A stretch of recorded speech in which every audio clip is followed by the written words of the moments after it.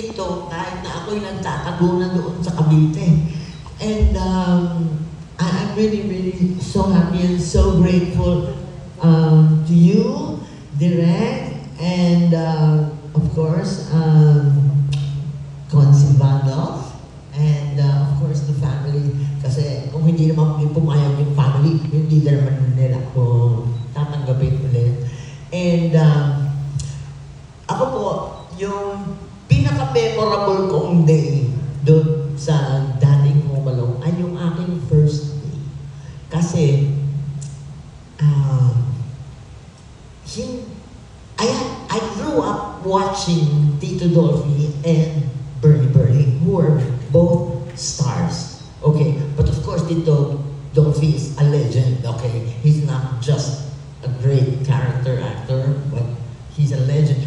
And all of a sudden, I had to be the boss. So yung hirap doon, hindi ba, parang, and si Tito Dolphy, nakita niya yung mukha ko na in awe ako sa kanya. Yung parang, Diyos ko, hindi ko sukat akalain, makakaharap ko itong taong to. Diyos ko, and then suddenly I'm there having to be the boss. And so, hindi ko alam kung anong klaseng acting ang gagawin ko. But it was Tito Dolphy who said, no, just do it. You're the boss, you be the boss. And from there, tinuloy-tuloy ko nga yung pagiging boss. And that worked out because he was so welcoming and so, like he didn't care that, I was just from Repertory Philippines and whatever, and he's a legend. And,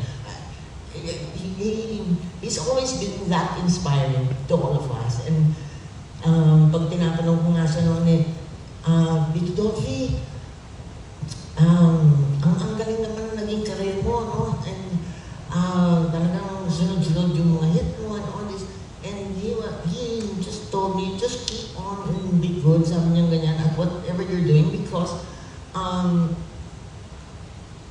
you have to, first and foremost, also pray, to God. And I'm so grateful na nandito si Tita Nova dahil si Tita Nova ang talagang nakakapit sa Diyos, okay? Sa aming lahat, siya yung talagang nandyan to remind us all to pray and have faith. But it was Tito Dolphy also who told me that.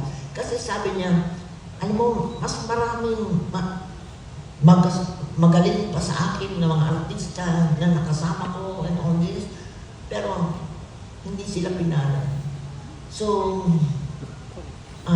it's also a matter of opportunity, of having people who are kind enough to help you and give you that chance, that first chance.